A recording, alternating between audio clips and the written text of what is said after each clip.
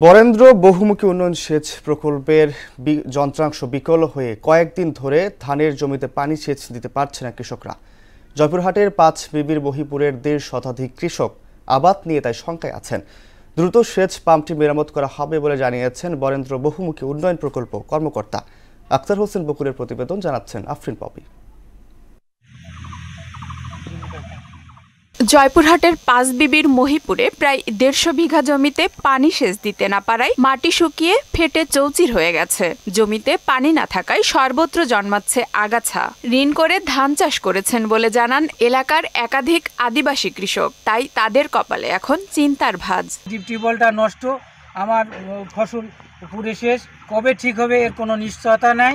আজকে প্রায় ২ সপ্তাহ ধরে বরেন্দ্র মোটরটা বন্ধ হয়ে আছে, তার কোনো পদক্ষেপ নাই। আমার ধানটা কি হবে এই খুঁজে পড়ে আমরা কে দিবে? খুলে থুইছে আজ ৭-৮ দিন ১০ দিন হচ্ছে। আজকাল লাগাচ্ছে, কালকা লাগাচ্ছে, এই দিচ্ছি। ধানের অবস্থা কি অবস্থা?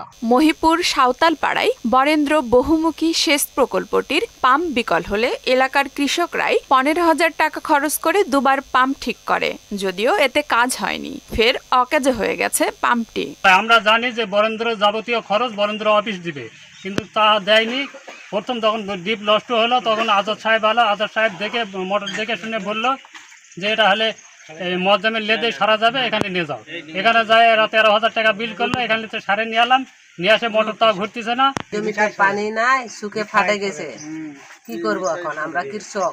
বিদ্যুতের সমস্যার কথা জানিয়ে সেচ পাম্পটি মেরামত করার কথা জানিয়েছেন এ কর্মকর্তা। ইলেকট্রিক ফল্ট হয়েছে, এটা উপরের কাজ। এটা ট্রান্সফরমারের সাথে যে আমাদের উপরের যে কানেকশনগুলো থাকে, এখানে কোনো লুজ কন্ট্রাক্ট আছে, যেটা ফল্টটা ধরতে দেরি হয়েছে। কিন্তু ১৪ দিন ১৫ দিন এটা যদি কেউ বলে থাকে, এটা রং কথা।